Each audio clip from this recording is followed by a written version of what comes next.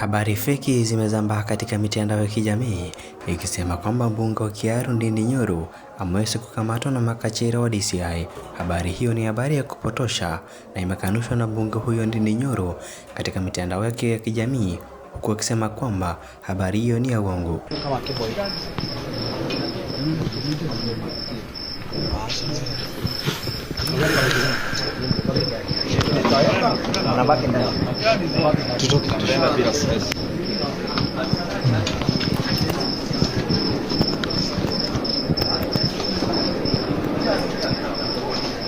Deno.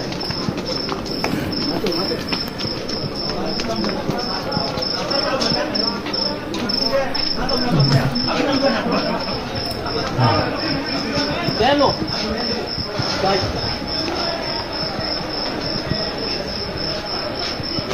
Deno dugio क्या बेरे Deno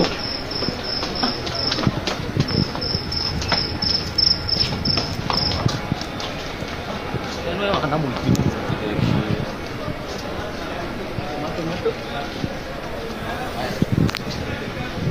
Deno kuja mbele Deno kuja mbele yako inaharibu Deno kuja mbele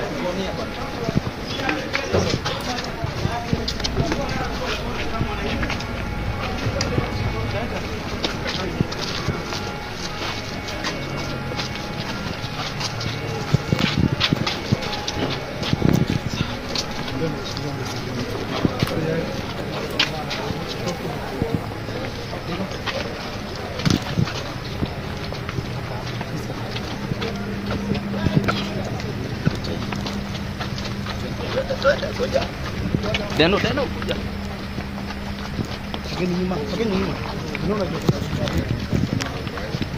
Audio. Unajua hatuna mic. Achukua tumeweka. Tuweka mic hapa. Tuweka mic. Tuweka nyuma. Tukiani nyuma bana. Haya, tusogeni back Deno. So utaanguka bana. Na nawaambia.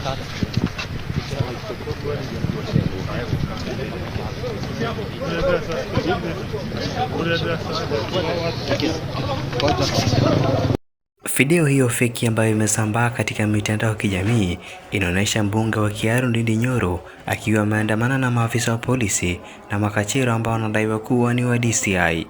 Video hiyo feki pia inamwonyesha mbunge huyo akiwa na baadhi ya viongozi, huku ilhali ni porojo tu. It is the first time in Kenya we have seen an individual camouflaging as a Tanzanian, a Kenyan, and buying cement companies. Ati ya kwamba sasa simiti ya Kenya ile mlikuwa mnajua yote, majina yake yote, hizo kampuni imenunuliwa na mtu anajifanya ati ni wa regional investor, lakini huyo ni Mkenya mnaonaga kila siku. That is what politicizing the NSC is. Politicizing NSC ni kununua hizo kampuni za simiti, you politicize them, you come and lie to Kenyans, it's a Tanzanian and it is you. The next thing of politicizing the NSC ni mtu anakuja anasema ananunua media house katika hapa Kenya. Ati anasema a regional investor is buying a media house in Kenya. It's not a regional investor. That company is listed in the NSC. And the person buying the company is not a Tanzanian. It is a Kenyan. And we know you. Na sasa munataka kuhadaa wa Kenya. And I'm setting this final warning to them. Ya kwamba sasa mumemnyakua kila kitu. Mambo ya mafuta kutoka downstream to upstream. Sio wanabiashara tena, ni wanasiasa. Na munajipanga EPRA ati mtaongezea wa Kenya bei ya mafuta kesho ama kesho kutwa. Mtajua hamjui.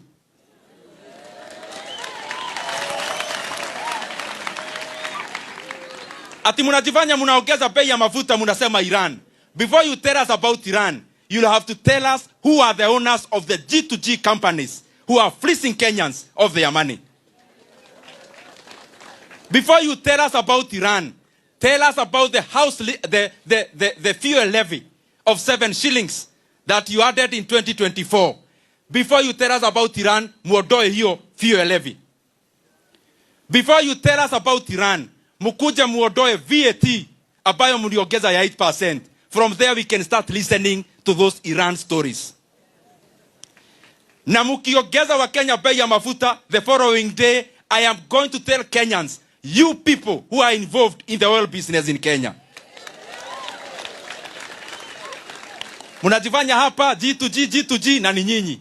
Munakuja na suti munasema tunatoa mafuta pale Turkana. Mafuta ya Turkana. Mwenye anatiba anaona hii video na anajijua. Na anasema ati anataka kutumia pesa ya umma ajijengee railway ya kuendea mafuta yake. Yenye ni yeye anatiba. Atumie pesa ya umma kutengeneza railway. Sio kusafirisha watu wa Turkana ama kufupisha safari kwa watu wa Turkana, kubebea yeye mafuta yake. We must differentiate between personal ambitions to be the way. Mbunge wa Kiaru ni mbunge shupavu ambaye si mwanasiasa ila ni kiongozi. Mbunge huyu ambaye alikuwa mwanachama wa kamati ya fedha katika bunge la kitaifa aling'atuliwa miaka miwili iliyopita. Ikumbuke kwamba mbunge Ndindi Nyoro amekuwa hivi punde kukashifu serikali ya Rais William Ruto kwamba haiwasaidia Wakenya katika hali yote ile.